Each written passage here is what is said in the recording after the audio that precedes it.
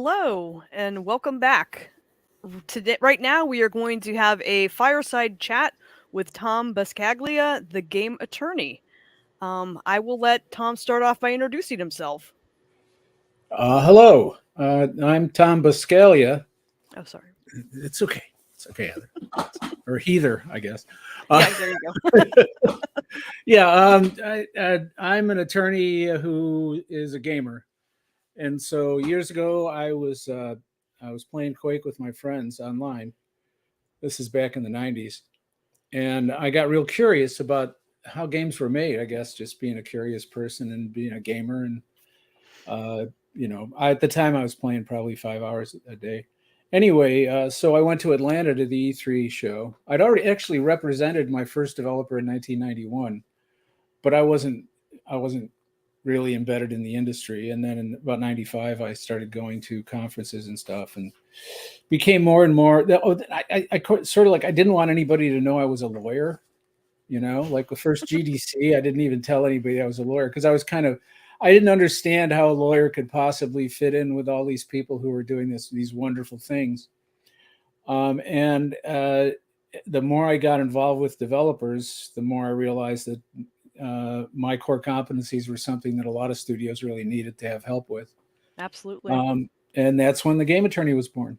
And I got the URL, which helps a lot. Uh, and then I think the biggest point in terms of validation was when I got elected to the IGDA board of directors. I've been running the South Florida chapter for, I don't know, I formed it and basically nurtured it. And then when I got elected to the board, it was sort of like, I felt like the community had accepted me as one of us. And Yeah, absolutely. I've been one of us ever since.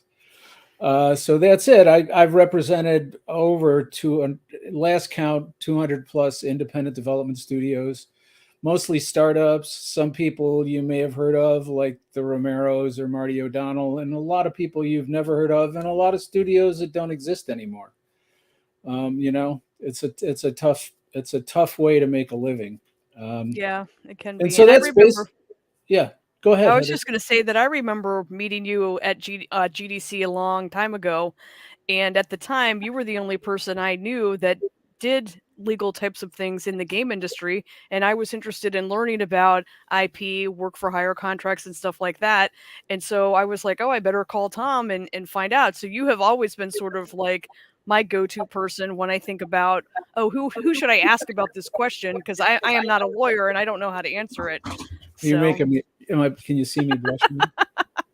so you've been a Yeah. constant presence in the game industry for sure. Yeah, and I pretty much will take a call from anybody. I mean, I'm not so busy or so self-absorbed that I don't think that my time is that much more valuable. I mean, I will tell you, when the dudes call me from the couch in the garage talking about how they got a great game for an idea for a game that's going to change everything, and you can almost smell the reefer through the phone. Uh, you know, I may not be quite as courteous with them as I am with other people, but generally, yeah, I take the time. If someone has a serious question and they're just getting started out, I'm always happy to answer them. Absolutely. Well, why Yeah, don't we find out who is listening to this live right now? Because I know that we're interested in, Tom's interested in getting a feel for who's currently watching so that as we go through the chat, he can bring up things that would be relevant to their situation. So if you are an independent developer, please indicate sort of how long have you been in business? Are you an indie developer? Are you a publisher? Is this your first game? Is this your 10th game?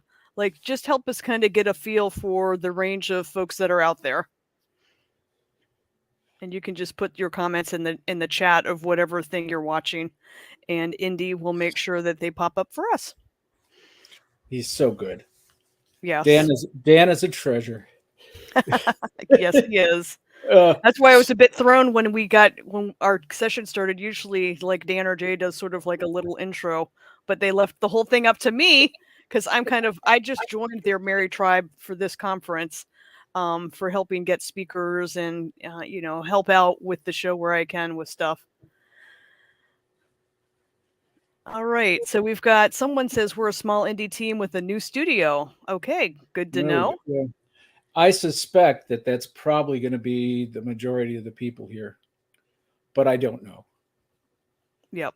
I don't. I All don't right. think. I mean, I don't think a lot of guys who are working at Bungie or Valve or in Santa Monica at one of the Sony studios going to say, Yeah. "Look at this!" But then we've got this, guys. Oh yeah, this is Edward Moore. I actually know him. He is not an indie dev, but he's been in the AAA industry for 20 years as a designer. He is somebody that does UX design and is always interested in learning what's happening with independent games. So that's nice to Yes. know. So he's exactly the person that I was talking about that I didn't think was here, Jay Powell. Oh yeah, great. So why don't we go ahead and just get jump right into the questions then? Um, Uh, this is a great question. What if oh wait, in a Vixen gamer, indie working on first game, based in Norway. Oh, looking to do a Kickstarter and apply for grants soon. That's Good. awesome. Yeah, All right, smart. so from Discord, what if all you want to do is make games and you have no interest in the business stuff? How's that going to impact your ability to continue making games? Uh, well, I guess if this is a common thing, our industry is driven by passion, the passion of the developers to make cool stuff, which is that's why I work in the industry because I think it's so cool to make cool stuff, and I've always been in awe of the fact that game developers can have a concept and then by typing on a computer or making drawings, all of a sudden create a whole virtual world that we could actually go and see and really appreciate their vision. So I think that's kind of what got me here, and I think that's what drives most of the people who enter the industry. But but it's still a business. If you just want to make a game and you're not worried about making any money, if you're not trying to do it as a living, for God's sake, just make your game and put it out there, and maybe somebody will find it. But this is the indie game business, isn't it? Oh, That's yeah. right. So if you're doing a business, then you have to be as serious about your business as you are about your code. You can't just pass it off. You wouldn't put sloppy code in your game, and you shouldn't do sloppy business. So I think that uh, I would say build your studio first.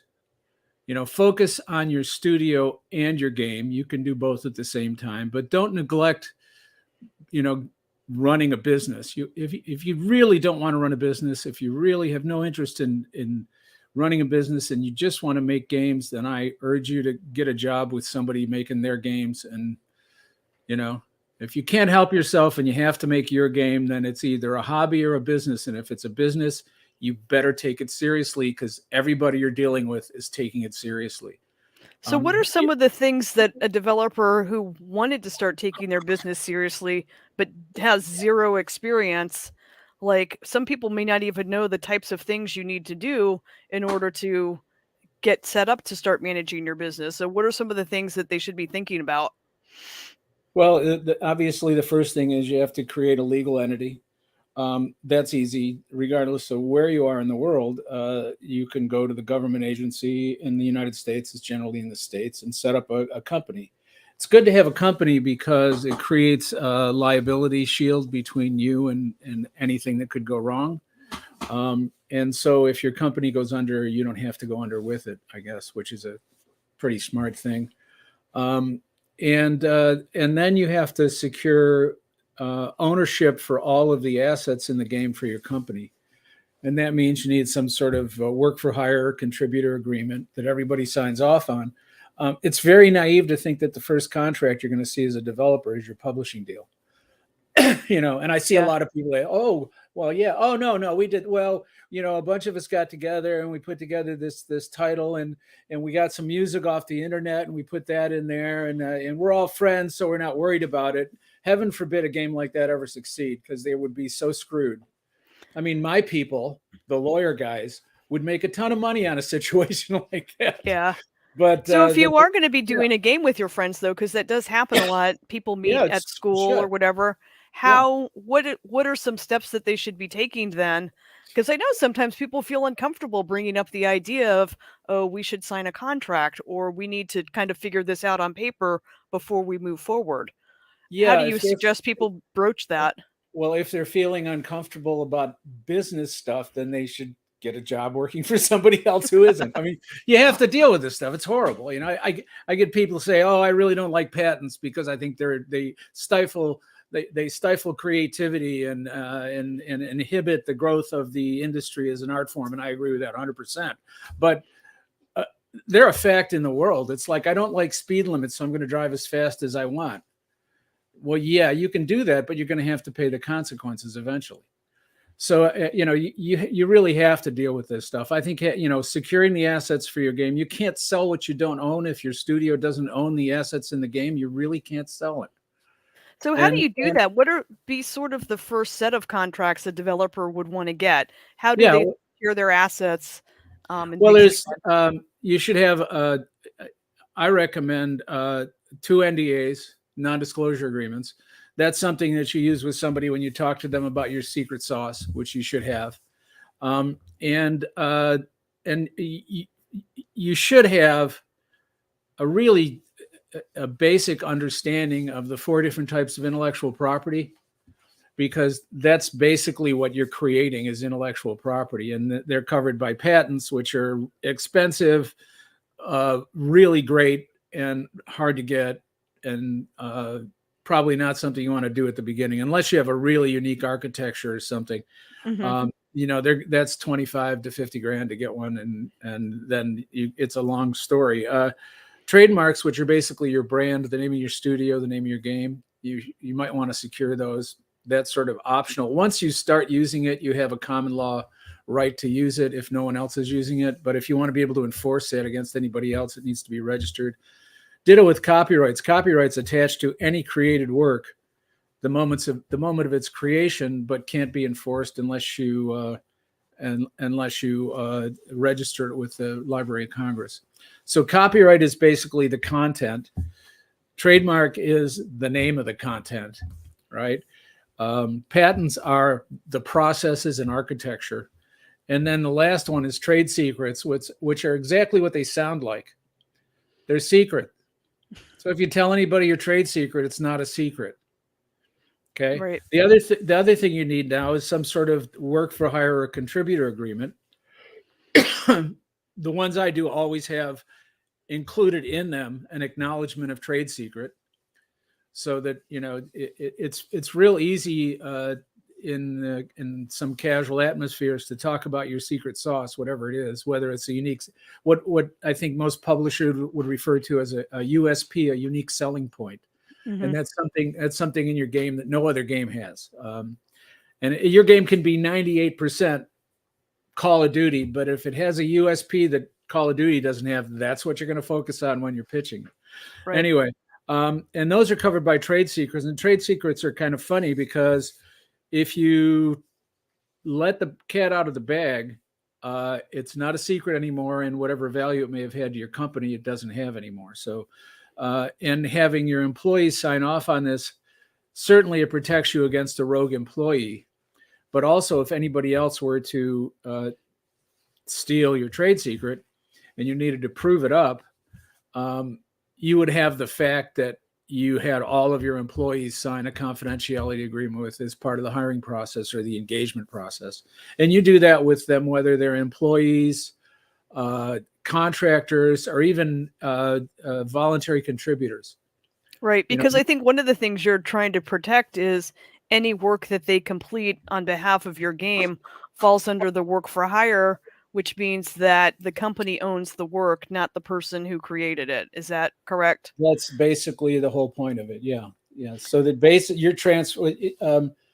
Now, in reality, full-time employees, if they're paid on a salary, Mhm. the company actually owns their work as work for hire. That's how it got its name. But also, if you assign your ownership of an intellectual property to the company, then it's declared, it's considered or treated as work for hire. Mhm. So the origin may be a little different technically, but I don't want to get too technical because Yeah, God. and I have two really great questions to kind of call back. Number Yeah. one, for the patents, copyrights, and trademarks, the IP stuff, does that carry over to other countries, like for teams that are going international or that are not based in the states? What types of things would they need to be thinking about? Well, in general, trademarks are enforceable through international treaties. The Paris Convention has a list of all the countries that will honor each other's trademarks. There are some situations that are different, though. For example, in some EU countries, in the U.S., the first use of the trademark decides who gets priority for it. And trademarks, this we could end up. I could do an hour on just intellectual property if you want, but I'm trying to stay superficial enough. Every lawyer I've ever met, by the way, who's decided that they wanted to play in the game industry, the first thing they do is they publish an article about the different types of intellectual property. I'm sure there's a bunch of it out there. But basically, the Paris Convention covers that. Copyrights are a little more difficult in terms of enforcement, but keep in mind you can't protect the idea. You can only protect the execution of the idea. So unless somebody's stealing your code or stealing your artwork, there's not a lot you can do to protect it anyway. That's So what why you're really trying to protect are your game assets and the way that you express this idea. Is that, exactly. you know, Yeah, and that is protectable. And is it enforceable over there? I don't know, to be honest. In some countries, you could probably try. Most of the EU, it's enforceable, but there's a hodgepodge of laws, and I will be honest. I'm very familiar with U.S. law, not so EU law, kind of. The mhm. rest of it scares the hell out of me. So for teams though that were not based in the states, they're certainly probably within their state governments that they would want to start making queries to see are there ways that they can protect their IP there. Um, Absolutely. I was, as I was saying, I don't know if I got to it, but in European countries, it's not the first to use the mark that has priority. It's the first to register it. So oh, you could okay, you could be using your mark for 5 years, and somebody else registers it, and then they would claim priority in the EU, and they wouldn't have priority here, and it creates a mess. it's a mess. That's how lawyers make money. That's Uh, true. yeah, So here's another great question. Earlier when we were talking about work for hires, could you explain the difference between someone who's an employee, someone who's a contractor, and someone who's a contributor? Because I know here in the States, there's a big deal between is this an employee or a contractor when it comes to the IRS and the money that you pay pay in right, taxes. right. Okay, and I'm going to limit this to U.S. law because I have no idea what things are like in Finland. Uh, but an employee is somebody who you set their hours, you tell them what to do, they do it, you pay them, and you deduct withholding tax and Social Security from their paycheck. Contractor, you sign an agreement with them. I mean, they all have agreements, and they provide you with the result of their work, but you don't manage how they do it. Okay, so they're independent. It's called an independent contractor, basically, and the contracting documents would convey the intellectual property the to the company. An employee, the company automatically owns it. A contributor is anybody who contributes. Um, I have I've been using a contributor, what I call a contributor agreement. It basically covers employees or contractors Oh, I see. because as far as the company is concerned, well, there's nothing wrong with having your employee agree to assign all of their ownership rights and their assets to the company because they do anyway. But it's okay to say that, right? And then there's other stuff that goes in there.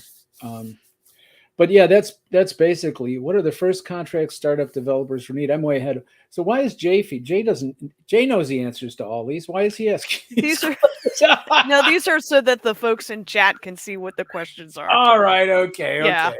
yeah. Yeah. He's helping out here. All right. I thought would be busy. He's always doing something.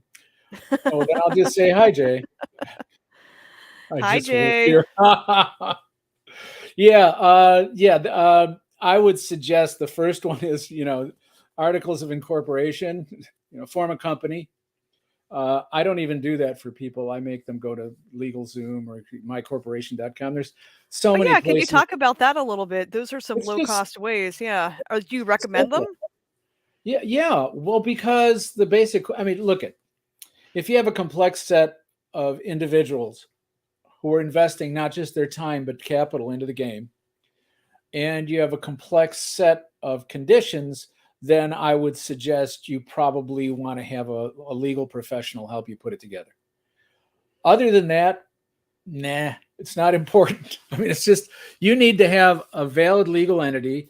You need to follow the simple, simple formalities of, having a quasi corporate meeting period every year and making sure that when you open the bank account, the right papers are filed. All this is very basic, simple stuff. I Right. know more about this from running a small business than I do as a lawyer, to be honest. Um, so, excuse me. But I do think that if forming the company, unless, I mean, there are some circumstances where you can do the same thing as a DBA, an individual doing business as Right. a company name. And if it's like one person or two people, you can pull that off. I think eventually, though, the best thing to do is set up a small company, whether it's make sure it's registered as an S corp, so the tax situation is S corps or an Yeah. IRS classification in the states that allow the profits and losses to pass through to the owners. So that's a good thing to have.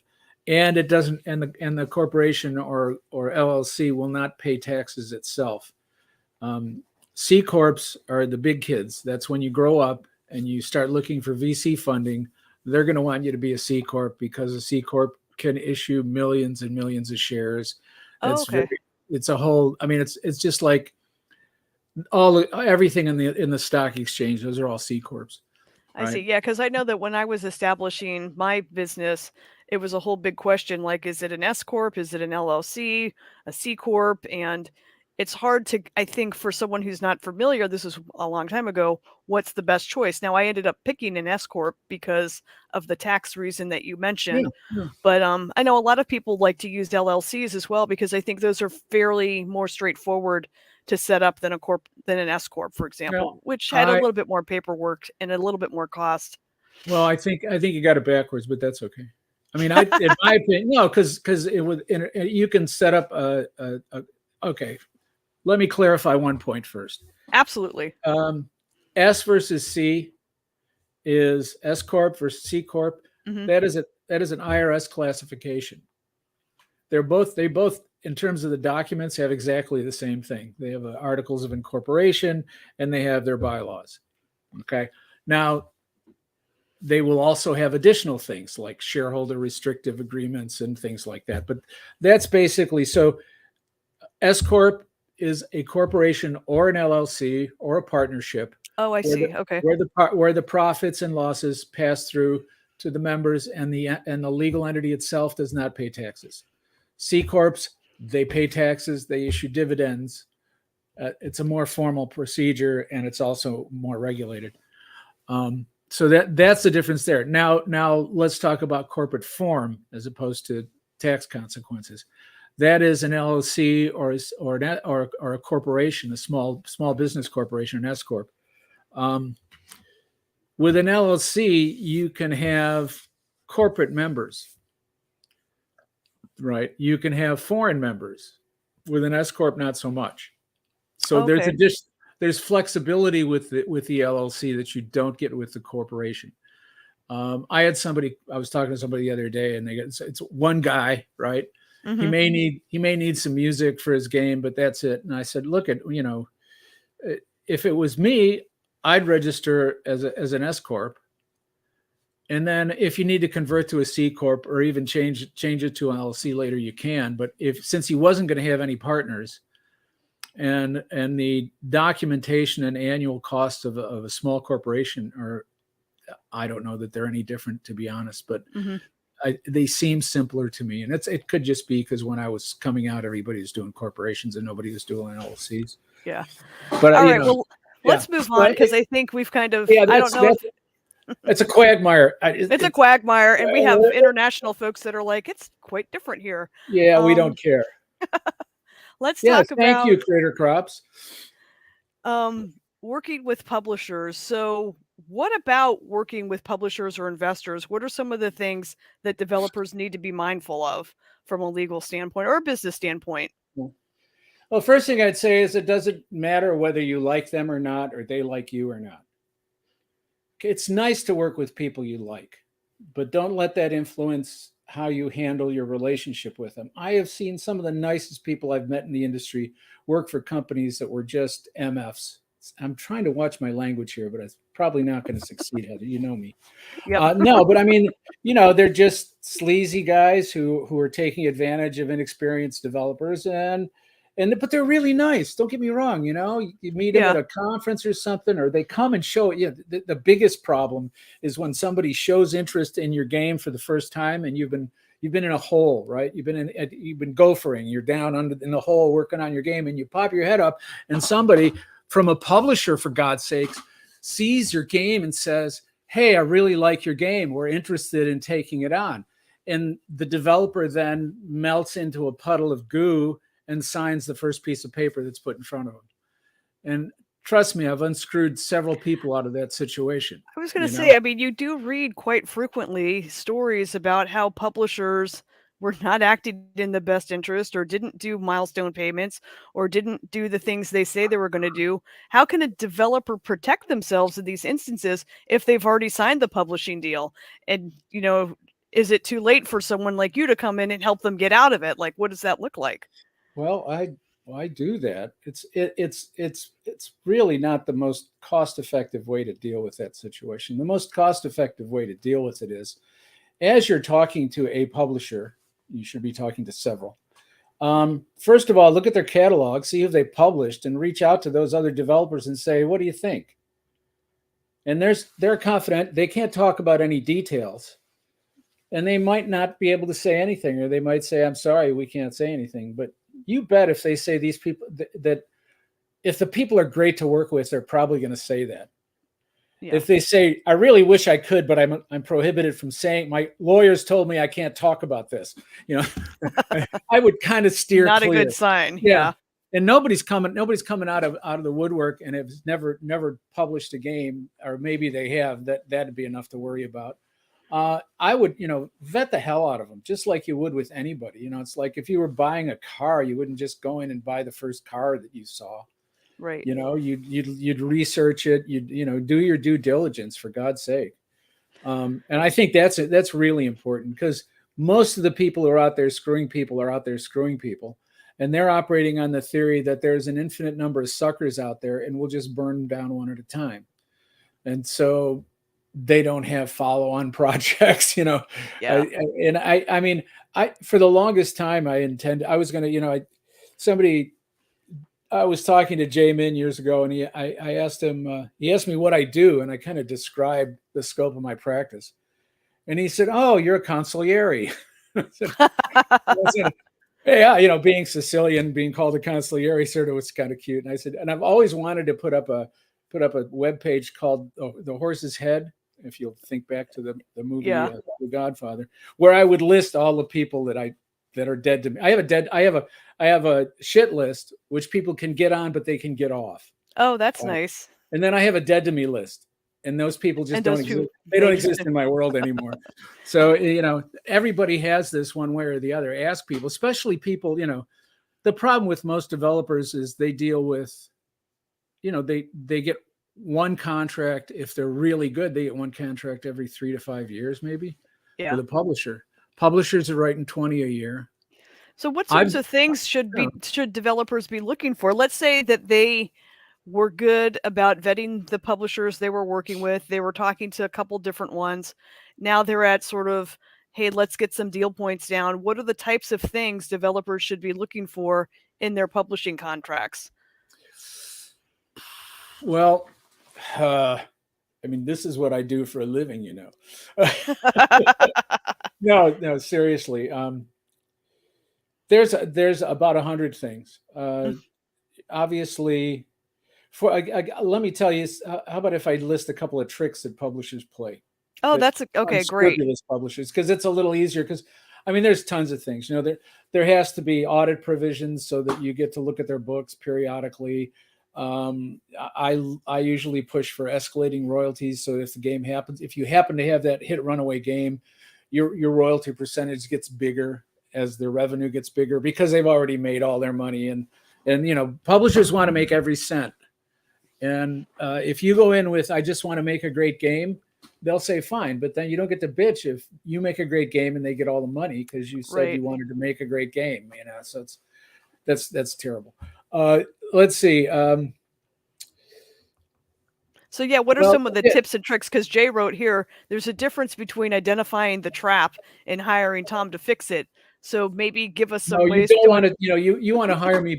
You want to hire me, or there's a. When I started, there was only me and two other guys, uh, Yeah, but that was over 30 years ago. There's a group of very competent young attorneys who are working in the industry right now, and use me, use somebody else, but just have somebody look at it for you. Hopefully they've done. Ask them how many publisher contracts have you done, and if yeah. it's less than 20, move on. Um, you know, I'm at 200, so I'm good. So you've seen Uh, everything. So what are some of the? I'm really curious I'm about still. I these. know. I keep talking and I not need saying to know. anything. All right. Okay. Let's see. IP ownership. Right. Who owns the content? They will say, "This is my favorite. You get to own. You own your own IP. All we want is an exclusive, perpetual exclusivity to it, right? Which basically you get your ownership, and they basically strip you of all the rights of ownership by having you contract them away. That is not a good thing. Um, I'm always rankled by non-unilateral provisions. You indemnify us, but we don't indemnify you. Indemnification means if something screws up, something we did screws up, and you get sued for what we did, we have to defend you, right?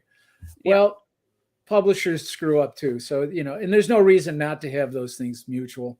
Um, as I mentioned briefly, audit provisions, which is where they're they're they're paying you periodically based on their getting the money, taking some of the money for themselves, taking some of the money for other shit, which is the real great stuff, and then giving you some whatever's left. And you have the right to make sure that they're doing that correctly. I was on a panel years ago. Jesus, yeah, it was a long time ago, over 10 years ago. It was with geez, it was at a Microsoft thing, and somebody who was it? One of the guys from Epic was there. And this was before they had warehouses full of money. They were just a successful studio at the time, and they said that they had, and the issue of auditing came up, and the general consensus among developers seems to be, oh, I don't want to be seen as a troublemaker. mm, Now look at enforcing a contract right doesn't make you a troublemaker. It makes you a business person. So don't yeah. fall for it. Okay, so and I think it was Mark Rain from Epic at the time, and he piped up and he said, we audited our first game, and we'd spent extra time and effort negotiating uh, the most beneficial definition of what net proceeds meant, right, or net revenue, which is that's where the rev split occurs, right? Yep. And publishers will try to deduct anything they can from this. I mean, I've heard people talk about alimony payments, but Oh my that was gosh. that was in joking. But no, I mean, for example, their marketing costs on what? Exclusively on your game, their marketing costs for everything. Um, I've seen spreadsheets from publishers where their internal administrative costs were more than the budget for the game.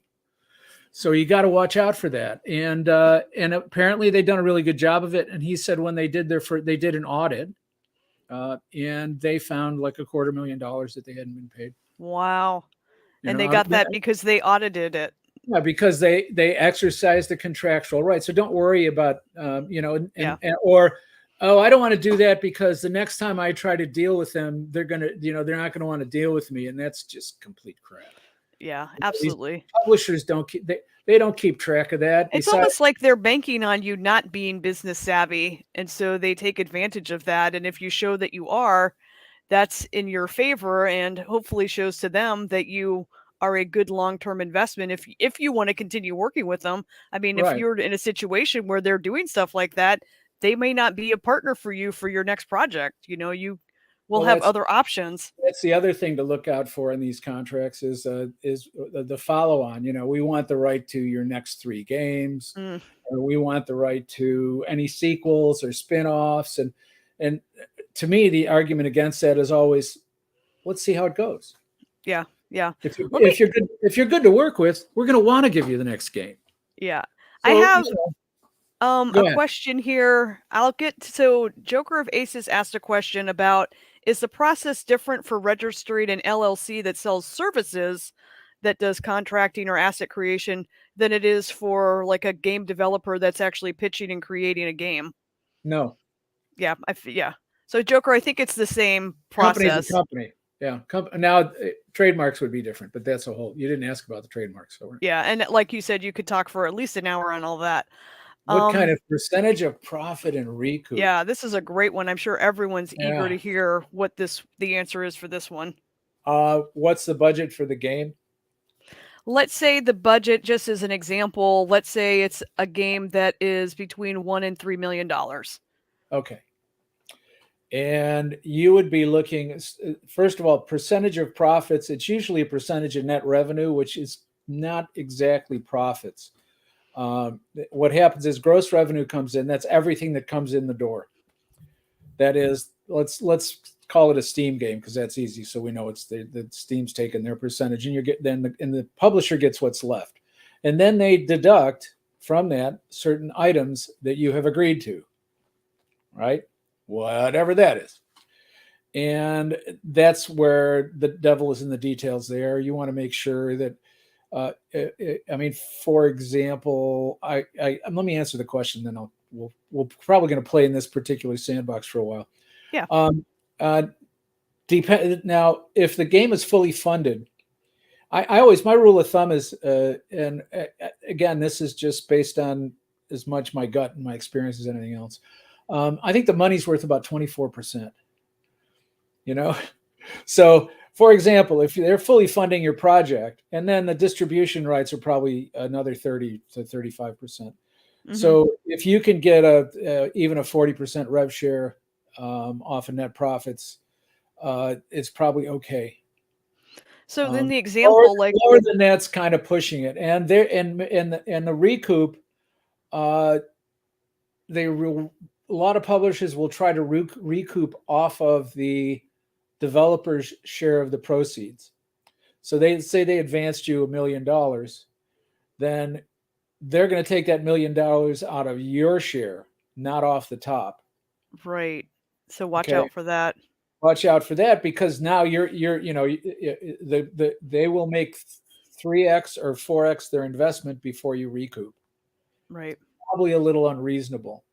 Um, yeah, so I mean that's why, for example, pushing for escalating royalties is not a bad thing because even if you were at that 30 or 40% at the beginning, once they've made 4 or 5 times their investment, maybe you should go to 25% or 30% or 40%. Keep in mind when I started this, developers were lucky to get 14%. Yeah, it was like when you say 30, 40, I'm like, wow, that seems high because, back in the day, yeah, you didn't make a ton No, you can get off these anything. percentages.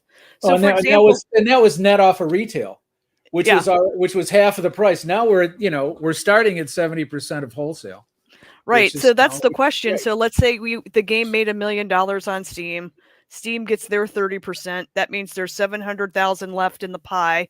Then the publisher's going to deduct whatever was agreed on from that. And then let's say they took $200,000 out. So now we have $500,000 left. That's where you start getting your percentages as the developer off of that 500,000.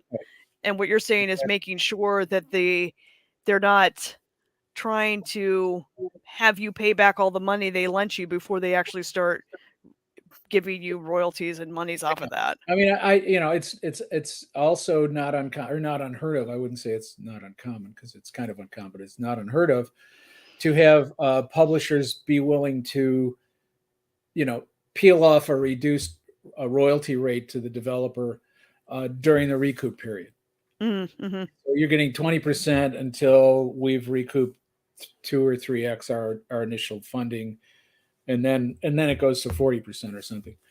Uh, because they do that because they don't want to see the studio go under. It's a Yeah. horrible thing to complete a game and deliver it to a publisher and have it get released because you don't have anything now, and you're probably not going to get any money for 90 days.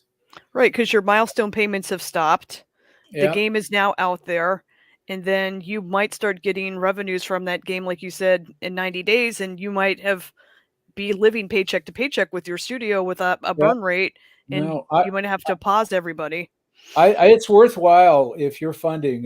One of my clients did this years ago, and I still hand it out to people if I found it, if I could find it anyway. But it was a spreadsheet we did, and we were working with a deal with Microsoft, and they had this whole thing where they like to hold back, like 20% for the last payment, which occurs it occurs 30 days after you deliver or after they accept the gold master, the final version, right?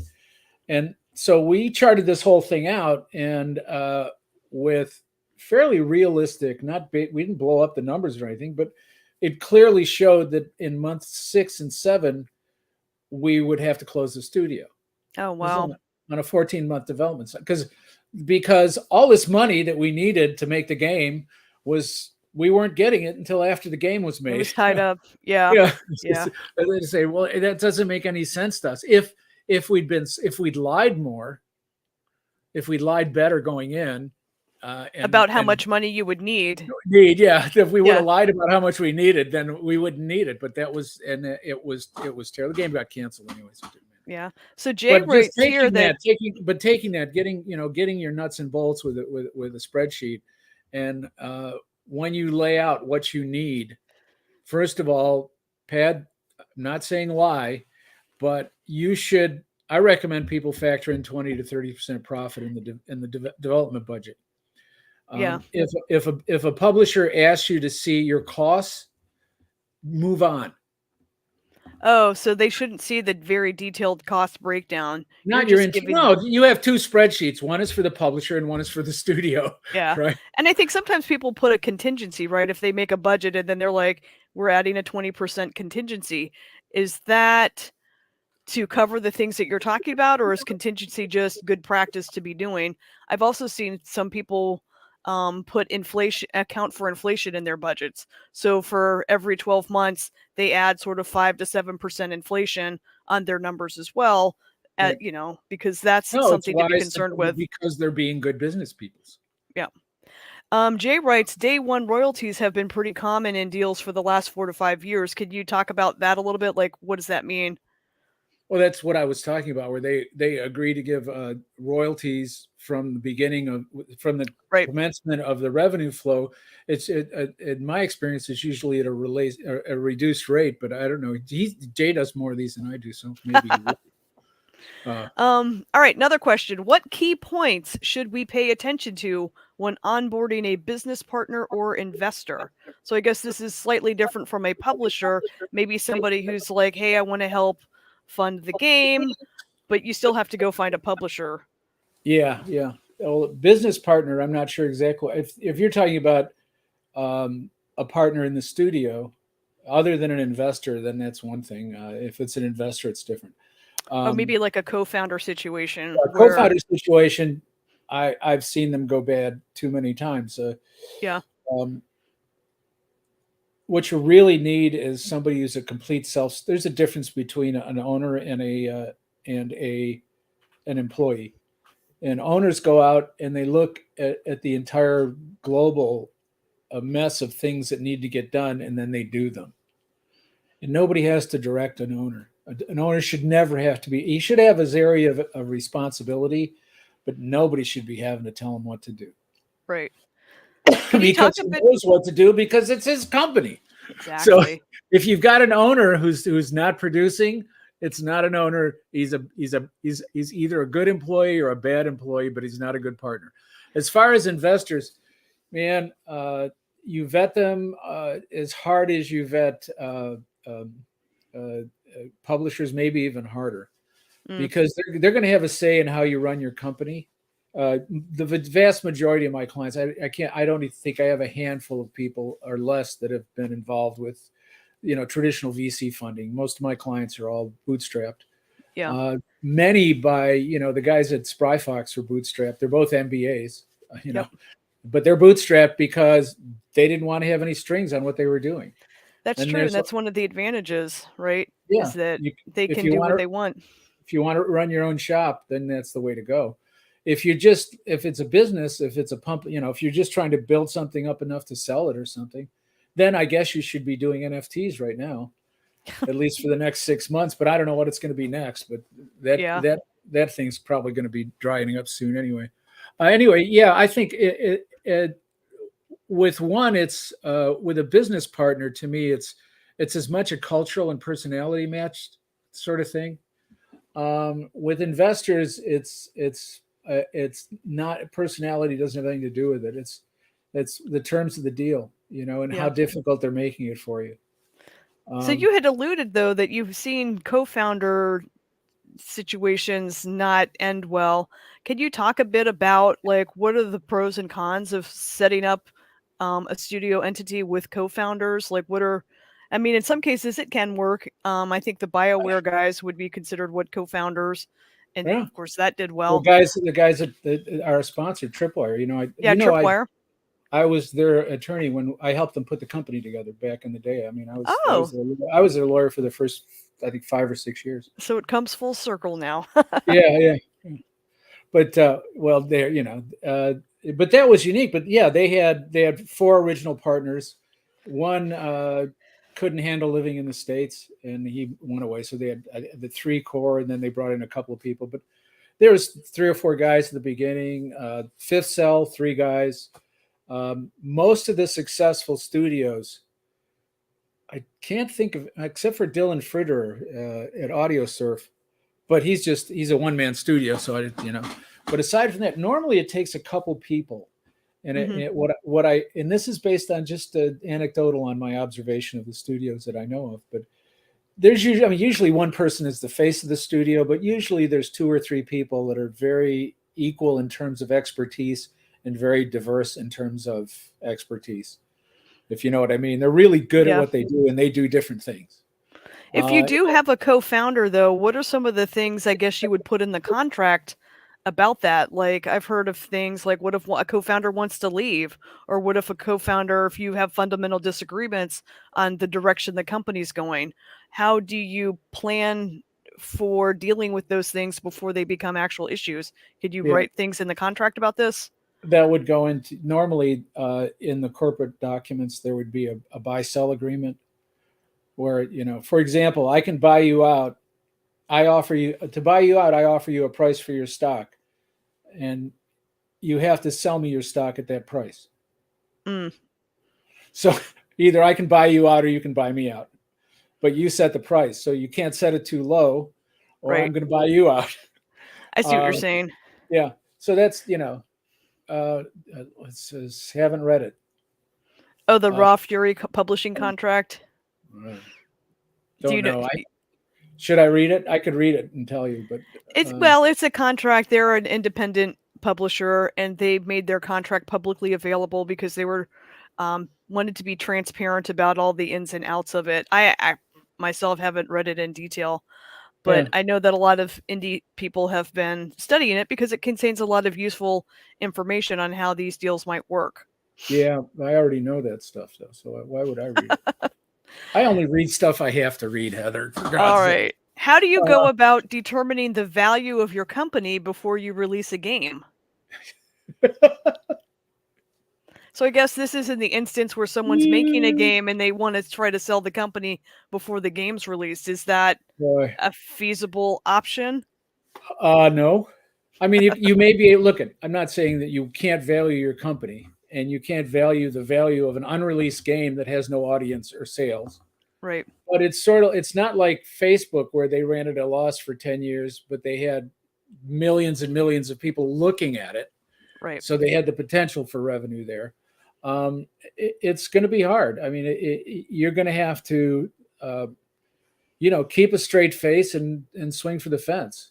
I mean, seriously. I mean, I've got I had a client with a studio that's kind of failing, and it's valued at about $41 million, mostly because somebody offered to help them out to a certain extent, and Mm, they use that as a valuation. But until you have that first investment or funding deal done, um, even if it's friends and family, it's going to be really hard to set a value. Once you have that valuation, then at least you got a basis for it. But usually you'll need a rational basis for determining the value of your company. And what you think of as it's going to succeed, just please don't say Among Us or Minecraft or any of those words, because you're just going to hurt yourself. yeah, those I guess were anomalies, right? You know. Yeah, yeah, that's not the example you look to when you're evaluating whether to take a business opportunity or to do something. Yeah. You don't look at the most successful anything and then say, "Oh, we're going to do that." I mean, you know, geez, Minecraft is just insane. Yeah. Well, I made electronic Legos. Okay, and Among Us, that game was out for a year and a half until a bunch of COVID bored streamers needed something to do, and they said, "Oh, look, a bunch of us can do this together." Mhm. And they started streaming their games on it, and all of a sudden, even though none of them had more than a couple 100,000 followers in the It raised that aggregate, it was visibility. millions, Yeah. and the thing just blew up. I'm not saying it's Yeah. not a good game. It's a great little game, but there are 1,000 great little games like that. Yeah, it's the visibility piece of it that gets so tough once you Yeah, actually are getting ready to release. But there are other things though that might bring a company value. So when you talked about that example of the company $41 million, do they have other sorts of IP or licenses or properties? Because I think like Atari is a great example of a company that's had its ups and downs, but because they had certain licenses, oh, I'm going to get this license from Atari and revive whatever old school game they did, like a yeah, Pitfall maybe or something like that. I mean, that was an Activision one where they revitalized that brand. But those things technically could have value assigned to them, right? That might help bring value to the company if it hasn't released a game for a while. yeah. Well, yeah, but Atari's not Atari. Well, not now. We know that Atari is not Atari. They bought the name out of bankruptcy, and now Right. it's a different Yeah. company, and they have the brand. So there's that too. Yeah, I still think the valuation thing is, I mean, I can think of things. For example, I've got a studio right now that has, you know, the guys who own it are all marquee developers. They've all Mhm. they've all written and been instrumental in delivering $100 million games, right? Yep. So there's a certain cachet there that probably gives a valuation to their company based on that. Based on their backgrounds and what they've Yeah, done. based on who Yeah. they are and what they are, and so I there's mean, that's that. how these guys get 50, $60 million in VC Yeah, funding, right? If you have the right biography and the right list of titles you've shipped, you become way more attractive to investors, you that's know. that exactly. Is Always that the find, best way to evaluate future success? That's no, to be probably not. determined, I suppose. No, but Um, it does reduce the risk for the investor. And keep in mind, they aren't afraid to lose money, but they want to have an opportunity to make a 20x hit. yeah, So if it absolutely. succeeds, they want it to really succeed. If it loses, it's okay. They can afford to lose the money, or they wouldn't be investors. Yep. All right, we got another great question here.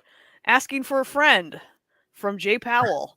How do you go about starting a joint venture with a company on the other side of the ocean? Where do you start? So it sounds like he wants to get some sort of, or this friend wants to start some sort of international thing. So a person in the States doing a joint venture with somebody in another country. Say Russia. No, let's not say Russia. Let's say Europe. Yeah. Well, keep in mind that any of those sorts of agreements, you can agree to have the jurisdiction whose law applies, and assuming that you're in a sufficient position in terms of leverage in the negotiation, then you would just want to have U.S. law apply and have U.S. law deal with it. If you're going with, say, it's a Chinese company, maybe you want Hong Kong law to apply because it's a little more Eastern or Western. I don't know. That's a tough one. Jay, thanks, man. That's what I needed. I mean, if I call you and ask you, you're going to charge me money. So I would I rather wouldn't. No, Jay, your I brain. would not. I would not charge you to answer this question because I don't really have a good answer for it. I mean, the thing is, what you need is you need a lawyer here and you need a lawyer there.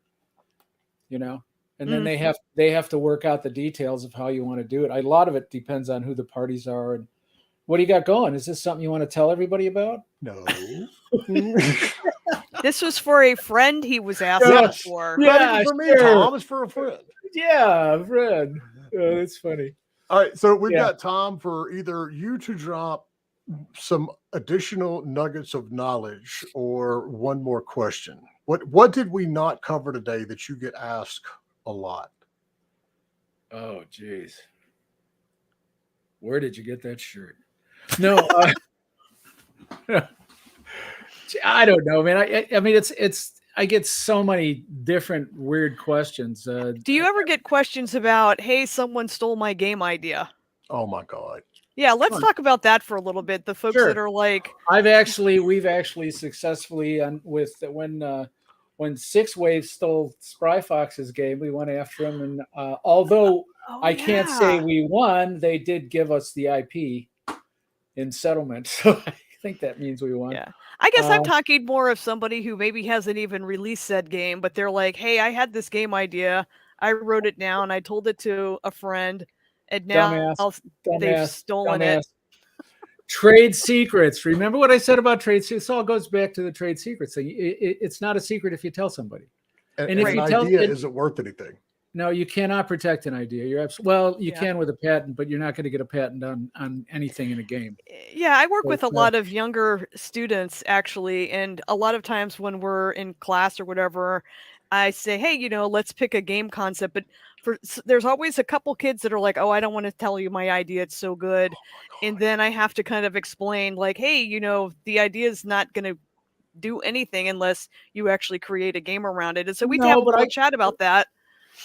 But I got to tell you, I don't blame them for saying that because that's really the only way they can protect it is to not talk about it. Just not talk about it. Yeah, that's a good point. And even then, if they bring it to market, and we're well aware of this, that there are companies out there who look for anything to pop in an indie game level, and they're called fast followers. They used to have names like famous names like Zynga and other companies yes, purportedly doing that, where they'd see a game that was succeeding reasonably, and then they would basically clone it.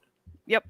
And not copy it exactly, but take the idea and expand on it. Was the guy with the tower game? Remember that? Yeah, Tiny Tower. Stuff?